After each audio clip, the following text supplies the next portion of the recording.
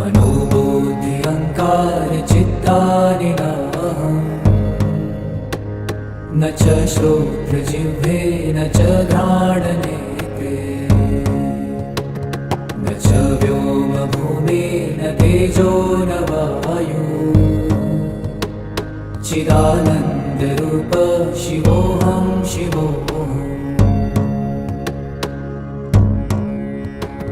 न च प्राणसंज्ञो न वै पञ्चवायु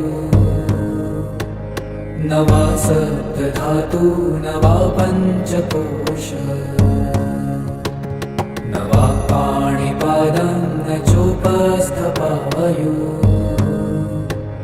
चिदानन्दरूप शिवोऽहं शिवोऽहम्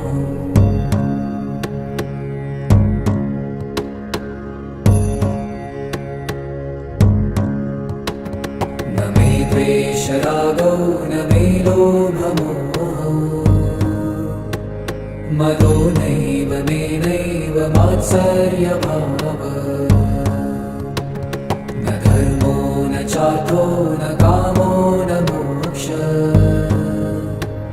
चिदानन्दरूप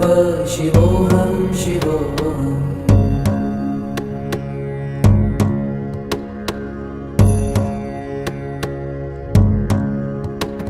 न पुण्यं न पापं न सौख्यं न दुःखं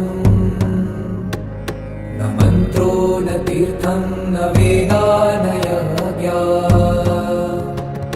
अहं भोजनं नैव भोजं न भोक्ता चिदानन्दरूप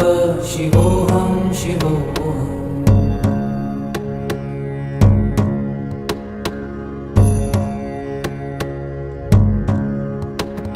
न मृत्युर्न शङ्का न मे जातिभेद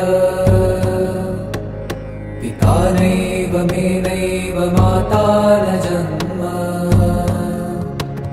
न बन्धुर्न मित्रं गुरुर्नैव शेषम् चिदानन्दरूप शिवोऽहं शिवोऽहम्